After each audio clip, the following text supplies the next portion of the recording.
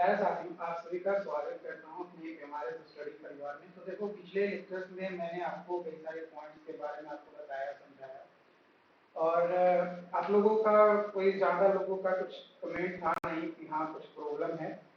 तो अगर आपका प्रॉब्लम रहता है तो आप हमें चैट बॉक्स में ज़रूर बताया कीजिए, क्योंकि आप अपना प्रॉब्लम को, डाउट को बताइएगा, तभी तो उस चीज़ को सॉल्व किया जाएगा ना। बाकी नोट्स वगैरह तो आपको दिया ही जा रहा है, आप उसे भी पढ़ सकते हो। देखो, रिवर इंजीनियरिंग ये एक चैप्टर है अगर इरिगेशन में पढ़ो, लेकिन यहाँ पे पूरा आपको एक सब्जेक्ट के तौर पे दिया गया है, तो थोड़ा इलेबोरेट करके आपको यहाँ पे पढ़ना है। तो मैं अपने तरीके से कोशिश कर रहा हूँ आपको बेस्ट से बेस्ट और अच्छा से अच्छा देने की। बट अगर कुछ कमियां रह जाती है तो आप में ज़रूर अपडेट कीजिए, क्योंकि देखो हम भी इंसान हैं और ऐसा नहीं है कि कोई बहुत बड़ा आदमी है। आप जिस लेवल पे हो उसी लेवल पे हम भी हैं। हाँ, ये कह सकते हैं कि थोड़ा एक्सपीरियंस हो गया है वीडियोस बनाते हुए, प्लस कुछ नॉलेज को कैसे शेयर करना है, कैसे कंटेंट तैयार करना है, ये थोड़ा आइडिया है। तो उस बेसिस पे आपको जो है ये दिया जा रहा है। बाकी आप हमें ज़रूर अपडेट करना अगर कुछ लगता है कि हाँ ये टॉपिक मैंने नहीं पढ़ा पाया या ये चीज़ें छूट गया, तो आप हमें ज़रूर अपडेट करना, क्योंकि उसी बेसिस पे पता चलता है कि आप कितना जो है वीडियोस को देख रहे हो, समझ रहे हो। ओके, तो आज हम लोग बात करेंगे मेंडर के बारे में। तो ऐसे मेंडर और मेंडरिंग के बारे में ऑलरेडी जो फर्स्ट, सेकेंड और थर्ड वीडियो जो था इसमें मैंने डिस्कस आपको कर दिया था, बट इसको एज ए टर्म के तौर पे आपको यहाँ पे पढ़ना है, तो उसे भी जो हम लोग डिस्कस कर लेते हैं, ताकि अगर एग्जाम में क्वेश्चन आ जाए कि सिंपली बताओ कि मेंडर क्या होता है, तो आप 2-4 लाइन लिख सको। तो देखो, मेंडर क्या होता है वो बात किया जाए तो मेंडर जो है ये bend form when river diverse from its on axial path. ये मान लो कि रिवर जो है ऐसे ऐसे जा रहा है ना, ऐसे रिवर जा रहा है, इसका फ्लो ऐसे हो रहा है। लेकिन होता क्या है कि यहाँ पे सिल्ट डिपॉजिट होने लगता है ना। यहाँ पे क्या होता है, सिल्ट डिपॉजिट होने लगता है। तो ये जो सिल्ट डिपॉजिट होने लगता है, तो इसका जो एक्सियल पाथ था, मान लो कि इसका एक्सियल पाथ ये था, अब ये एक्सियल पाथ को डाइवर्ट कर जाता है और बेंड कर जाता है, मान लो दूसरा डायरेक्शन ये कवर कर लेता है, तो वो कहलाता है मेंडर, है ना। When river diverse from its on axial path, जो उसका अपना एक्सियल पाथ होता है, उससे जब वो डाइवर्ट हो जाता है, बेंड फॉर्म होता है, तो वही जो है हमारा मेंडर कहलाता है। ठीक है। A curve is formed when two consecutive reverse order of river bend meet each other.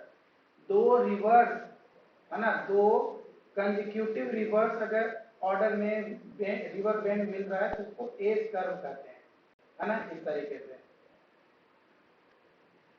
ठीक है, ये एज का फॉर्म हो गया ना, ऐसे ही तो एज लिखा जाता है ना, ऐसे। तो एक ये रिवर्स और एक ये रिवर्स, तो एक दो reverse consecutive curve order river bend का अगर मिलता है वो क्या बनता है, एज कर्व वहां पे फॉर्म होता है। Building up the shallow on convex side by means of secondary current.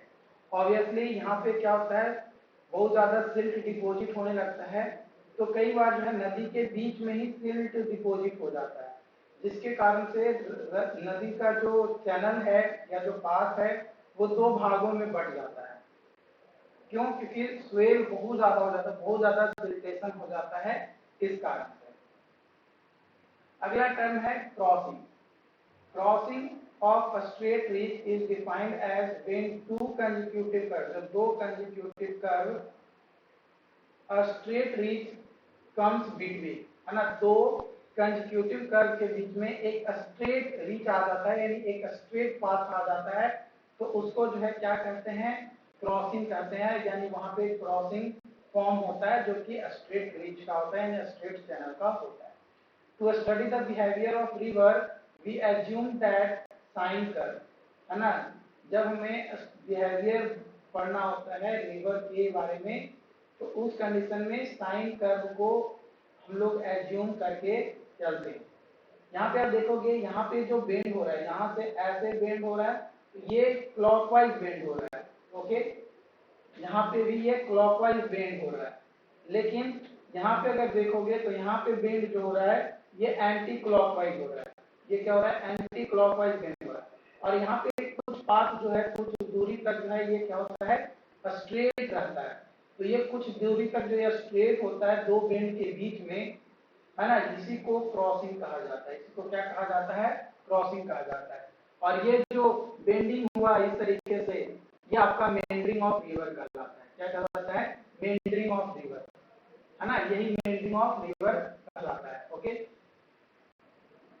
deposition and formation of soil continues on convex side irrespective what happens on concave side।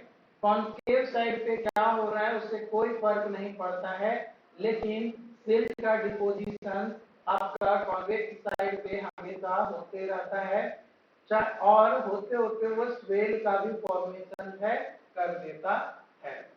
If concave side is pitched, अगर concave side को pitch कर दिया जाए, the river get because of convex bar continue to progress towards pitching and width between bank reduces, है ना, जो bank का जो विड्थ है वो रिड्यूस होना स्टार्ट हो जाता है जब कॉन्केव साइड को हम लोग पिच कर देते हैं। क्यों? क्योंकि कॉन्केव साइड यानी जो आउटर साइड था वहां पे मिट्टी का कटाव होता है, इरोजन होता है। तो इरोजन को हम लोग जो है रोक दिए। इरोजन को जब रोक दिए तो नदी जो है क्या हो जाएगा? उसका वेट कमेगा, और जब वेट कमेगा, है ना, जब वेट कमेगा तो क्या होगा? डीप होगा, यानी रिवर जो है बहुत ज्यादा डेप्थ में फ्लो करना स्टार्ट कर जाता है। Okay, velocity of flow increases which prevent extension of convex bar towards pitching, but shallow continues to rise in height। but जो स्वेल था, ये जो स्वेल फॉर्म होता है ड्यू टू सिल्टेशन यानी सिल्ट डिपॉजिट या सेडिमेंट होने लगता है, जिसके कारण से तो जो वेलोसिटी होता है वो इंक्रीज होता है, जो कि प्रिवेंट करता है एक्सटेंशन ऑफ कॉन्वेक्स बार को टुवर्ड्स पिचिंग के टुवर्ड्स। लेकिन जो स्वेल होता है वो कंटिन्यू राइज होता है, उसका हाइट राइज होते रहता है। There are 4 variables on which meandering process depend. जो मेंडरिंग प्रोसेस है वो 4 फैक्टर पे डिपेंड करता है। पहला है आपका वैली स्लोप, है ना, यानी change in valley always produce change in meandering pattern. जैसे जैसे वैली स्लोप चेंज करेगा वैसे वैसे मेंडरिंग पैटर्न भी जो है हमारा चेंज करता है। Silt grade and silt charge discharge, अगर मेंडरिंग ज्यादा है तो डिस्चार्ज और वाटर फ्लो क्या होगा? ज्यादा होगा। Stream load, bed and side material, तो इन फैक्टर्स के ऊपर जो है आपका क्या होता है? मेंडरिंग डिपेंड करता है। काउज ऑफ मेंडरिंग के बारे में बात किया जाए तो ऐसे ये जो लेक्चर 3 है उसमें भी मैंने बताया है, बट यहाँ पे वंस अगेन मैं बता देता हूँ, क्योंकि वो मैंने क्वेश्चंस के हिसाब से बताया था, यहाँ पे के बारे में डिटेल में बात करते हैं। तो प्राइमरी जो काउज है मेंडरिंग का वो है कि जो टोटल डिस्चार्ज होता है वो बहुत ज्यादा हो जाता है, एक्सेस हो जाता है। कब? ड्यूरिंग फ्लड के दौरान, है ना, जब बाढ़ आता है उस दौरान। तो जब एक्सेस टर्बुलेंस डेवलप होता है ना, जब एक्सेस टर्बुलेंस डेवलप होता है तो उस कंडीशन में एक्सेस डिपॉजिट होता है सेडिमेंट का। कहाँ पे? At the time of turbulence के टाइम, जब जिसमें टर्बुलेंस आपका आया था उसमें एक्सेस डिपोजिशन होता है, जिसके कारण से हमारा जो स्लोप होता है वो इंक्रीज हो जाता है ना। और if river bank is not protected, अगर रिवर बैंक प्रोटेक्टेड नहीं है तो रिवर का जो विड्थ होता है, जो कॉन्केव साइड था यानी आउटर जो साइड था वो इरोड होता है, और जिसके कारण से जो विड्थ होता है हमारा रिवर का वो बढ़ जाता है अगर प्रोटेक्टेड नहीं किया गया है तब। If one side of bank attract more than more then other side is compared to one or first side then river divert from original axial path। तो कई बार क्या होता है कि वो ओरिजिनल एक्सियल पाथ से भी जो है डाइवर्ट हो जाता है। अगर हम मान लो कि ये हमारा रिवर था, है ना, ये आपका रिवर था इस तरीके से। मान लो कि यहाँ पे बहुत ज्यादा कटाव हुआ, कटाव करते करते करते करते इसका ये पाथ था, लेकिन ये पाथ छोड़कर ये कहाँ चला जाएगा, सीधे आ जाएगा। ये नदी क्या हो जाएगा, सीधे कट जाएगा, भी इधर भी फ्लो होते रहेगा, उधर भी चला जाएगा। तो जो एक्सियल पाथ था उससे क्या हो जाता है, डाइवर्ट हो जाता है। मेंटेनिंग पैरामीटर्स के बारे में बात किया जाए कि कौन कौन से पैरामीटर्स हैं, तो पहला है लेंथ, है ना, मेंडर लेंथ। डिस्टेंस होता है जो रिवर के एलोंग होता है और between tangential point of one curve and tangential point of other curve का जो टेंजेंशियल पॉइंट होता है वो, यानी ये आपका इस तरीके से हो रहा है, मेंडरिंग अगर हो रहा है तो यहाँ से ये जो डिस्टेंस होगा और यहाँ तक ये जो डिस्टेंस होगा, ये मेंडर लेंथ जिसको ml से रिप्रेजेंट करेंगे। मेंडरिंग विड्थ कौन सा होता है, तो ये ट्रांसवर्स डिस्टेंस होता है between apex point of one curve और apex point of reverse curve. यानी यहाँ से आपका यहाँ तक ये जो पॉइंट है ना, ये अपेक्स है ये, और यहाँ पे ये अपेक्स है ये, तो ये जो डिस्टेंस होगा ये कहलाएगा MV यानी मेंडरिंग विड्थ। वही चीज यहाँ पे दर्शाया गया है ना, यहाँ से ये मेंडरिंग विड्थ है और ये आपका जो है मेंडर लेंथ है, और ये नॉर्मल रिवर वेथ है। ये जो नॉर्मल रिवर वेथ है ये फ्लो का डायरेक्शन से आपका दिया गया है। ये आपका एक्सिस है, ये आपका एक्सिस है ना, नीचे वाला। टॉर्कोसिटी ये रेशियो होता है एक्चुअल लेंथ और उसका जो एक्सियल लेंथ होता है मेंडर का, उसका ये रेशियो होता है। मेंडरिंग रेशियो ये मेंडरिंग विड्थ और मेंडरिंग लेंथ का जो रेशियो होता है ना, उसी को मेंडरिंग रेशियो कहा जाता है। मेंडरिंग रेशियो जनरली जो है हम लोग एक से ज्यादा लेकर चलते हैं, कितना, मोर देन 1 लेकर चलते हैं। कट ऑफ जो है ये प्रोसेस होता है by which alluvial river flow along curve of bend abundant particular bend and establish its main flow along comparatively straight and shorter channel, है ना। ये क्या करता है कि जो शॉर्टर चैनल है उसके स्ट्रेट एंड शॉर्टर चैनल के कंपैरेटिवली क्या करता है कि जो मेन फ्लो होता है उसमें एक पार्टिकुलर बेंड जो है एस्टैब्लिश होता है। और कब वो एस्टैब्लिश होता है, जब एलुवियल रिवर में वाटर फ्लो करता है ऑन कर्व, है ना, यानी कर्व पे जब फ्लो करता है उस समय जो आपका प्रोसेस होता है आपका बेंड का जो एस्टैब्लिशमेंट होता है स्ट्रेट एंड शॉर्टर चैनल के कंपैरेटिवली, तो वो कट ऑफ कहलाता है। कट ऑफ रेशियो जो है ना, यानी कट ऑफ को रेशियो के फॉर्म में कैसे रिप्रेजेंट करते हैं, तो जो भी चैनल का लेंथ है अलोंग मेंडर के अलोंग चैनल का लेंथ और कितना लेंथ कट ऑफ हुआ, वो इन दोनों का जो रेशियो निकालेंगे वो कट ऑफ रेशियो निकलता है। जनरली जो कट ऑफ रेशियो होता है वो आपका 1.723 है ना, ये आपका होता है। यहाँ तक कोई दिक्कत तो नहीं होना चाहिए, अगर दिक्कत है तो आप बता सकते हो, डेफिनेटली आपकी हेल्प की जाएगी। ओके, एंड देखो यार सिंपल है, एग्जाम में प्रैक्टिस नहीं करोगे तो नहीं लिख पाओगे। ऐसे भी बोला जाता है प्रैक्टिस मेक्स मैन परफेक्ट, जितना ज्यादा से ज्यादा प्रैक्टिस करोगे आपके लिए उतना ही ज्यादा बेटर होगा। प्रैक्टिस नहीं करोगे कुछ नहीं होने वाला है, तो प्रैक्टिस तो आपको करना ही पड़ेगा, ठीक है। जितना ज्यादा से ज्यादा आपको प्रैक्टिस करो। देखो मैं आपको नो नोट्स वगैरह सारी चीजें दे रहा हूँ, बट आप कोशिश करो कि आप खुद से उसका नोट्स बनाओ अपने कॉपी में, है ना, अपने कॉपी में आप खुद से उसका नोट्स बनाओ, तो वो ज्यादा बेटर आपके लिए रहेगा। ठीक है,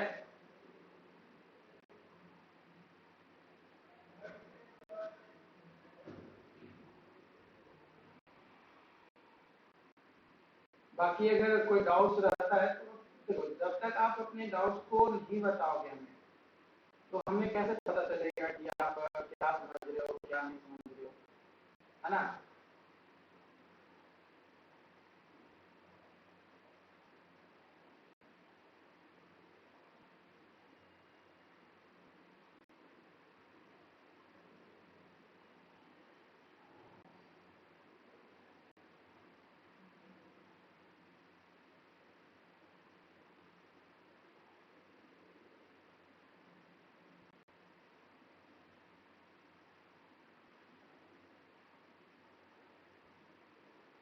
तो यहाँ पे एक मैं पिक्चर दिखा रहा हूँ, थोड़ा सा वेट करो बस, मैं शेयर करता हूँ उसको।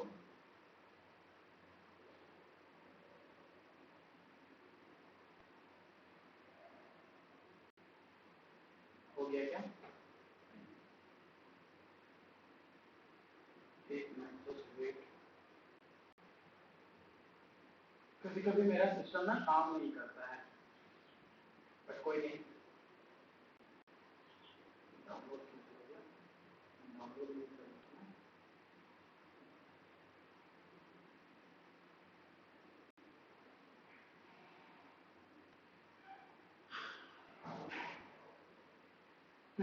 ये फिगर क्लियर आपको विजुअल होगा। देखो यहाँ पे ये फिगर में आप देखोगे तो यहाँ पे जो है हेडवर्ड इंक्लूजन हो रहा है और यहाँ पे डाउनवर्ड इलोंगेशन हो रहा है ना। यहाँ पे ये रिवर जो है इस डायरेक्शन से आ रहा है, आपका वन फिगर पॉइंट नंबर 1 दिख रहा होगा और पॉइंट नंबर 2 जो है आपका यहाँ पे नजर आ रहा होगा। तो ये जो आपको नजर आ रहा है यहाँ पे फिर क्या होता है, धीरे धीरे धीरे धीरे धीरे ये रिवर फ्लो करता है और यहाँ पे स्वेल का मतलब स्वेल का फॉर्मेशन होता है, यानी सिल्ट का डिपोजिशन होता है, सेडिमेंट होता है, सेडिमेंट का डिपोजिशन होता है। तो यहाँ पे ये स्वेल फॉर्म हो जाता है, जिसके कारण से ये जो रिवर है इसका जो लेंथ होता है वो क्या हो जाता है, कट जाता है ना। यहाँ से क्या हो जाता है, कट जाता है।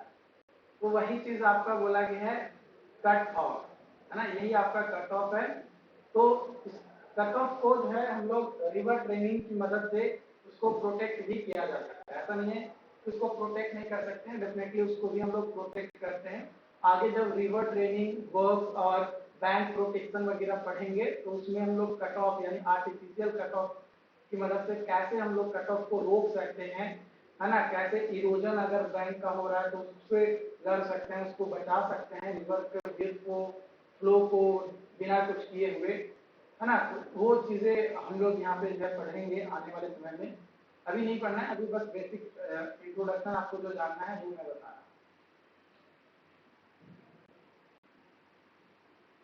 ओके, चलिए अब आगे बढ़ते हैं और आगे डिस्कस करेंगे हम लोग डोमिनेंट डिस्चार्ज के बारे में। तो dominant discharge those who determine mentoring length, है ना, जो मेंटरिंग लेंथ और मेंटरिंग विड्थ को डिटरमाइन करेगा उसको जो है डोमिनेंट डिस्चार्ज कहेंगे।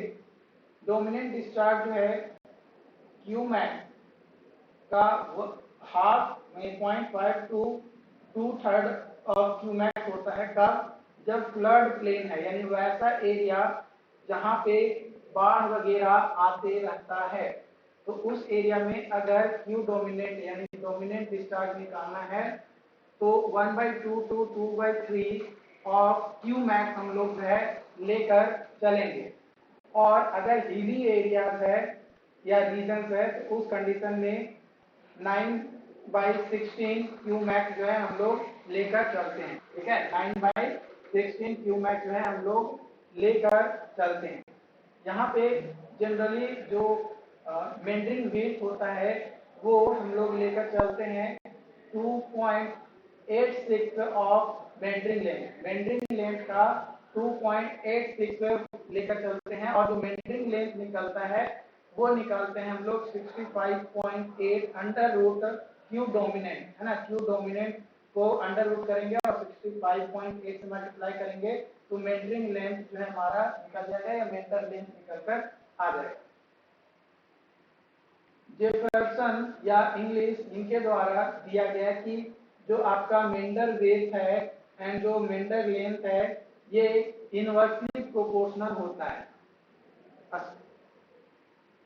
या सॉरी इनवर्सली प्रोपोर्शन नहीं, डायरेक्टली प्रोपोर्शन होता है स्क्वायर रूट ऑफ क्यू, है ना। यानी जो डोमिनेंट डिस्चार्ज था उसके डायरेक्टली प्रोपोर्शन है, लेकिन क्यू के स्क्वायर रूट का, है ना, क्यू के स्क्वायर रूट का डायरेक्टली प्रोपोर्शन होता है मेंडरिंग वेट और मेंडर लेंथ या मेंडर वेव।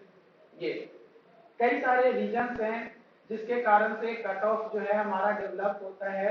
पहला कि development of bar at inflection, inflection पे बार का फॉर्मेशन होना। दूसरा formation of drop at junction of main channel with side channel, side channel के साथ मेन चैनल का एक जंक्शन डेवलप हो जाता है, उस कंडीशन से भी जो है कट ऑफ फॉर्म डेवलप होता है। Unfavourable cross section and steep slope के कारण से भी जो है हमारा कट ऑफ डेवलप होता है। बैंक का इरोजन के कारण से भी कट ऑफ होता है, और फ्लड के दौरान जब बाढ़ वगैरह आता है तो उस दौरान भी जो है हमारा क्या होता है कि कट ऑफ डेवलप होते हैं।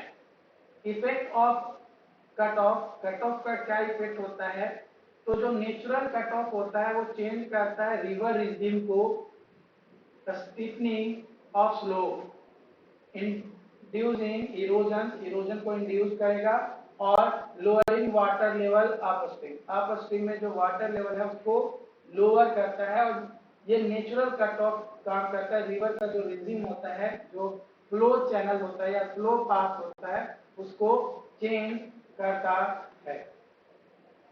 ये आप देख रहे होंगे यहाँ पे ये परमानेंट बैंक है और ये रिवर जो इस तरीके से फ्लो हो रहा है, ठीक है। तो ये क्या करता है कि धीरे धीरे करते करते ये यहाँ पे आपका जो है ऐसे फ्लो करना स्टार्ट कर जाएगा, ठीक है। तो यहाँ पे ये क्या हो गया, इसको बोलेंगे कट ऑफ, क्योंकि जो चैनल रिजिम था यानी चैनल का जो पाथ था वो क्या हो गया, चेंज हो गया। तो ये कट ऑफ का मेन इफेक्ट होता है। कट ऑफ के कारण से ही जो है हमारा मेंटरिंग पॉसिबल होता है, ओके, या मेंडर पॉसिबल होता है। ओके, तो आज के लिए इतना ही रखते हैं। अगले दिन हम लोग आगे और भी चीजों के बारे में डिस्कस करेंगे। तो अपने दोस्तों के साथ शेयर जरूर करना इस सेशन को, और अच्छी लगी हो तो मतलब दोस्तों को बताओ कि रिवर इंजीनियरिंग का क्लास अपना चल रहा है। Okay, then thank you. और जरूर बताओ अपने दोस्तों को, क्योंकि जितना ज्यादा से ज्यादा लोग जुड़ेंगे, लोगों के पास नॉलेज पहुंचना चाहिए।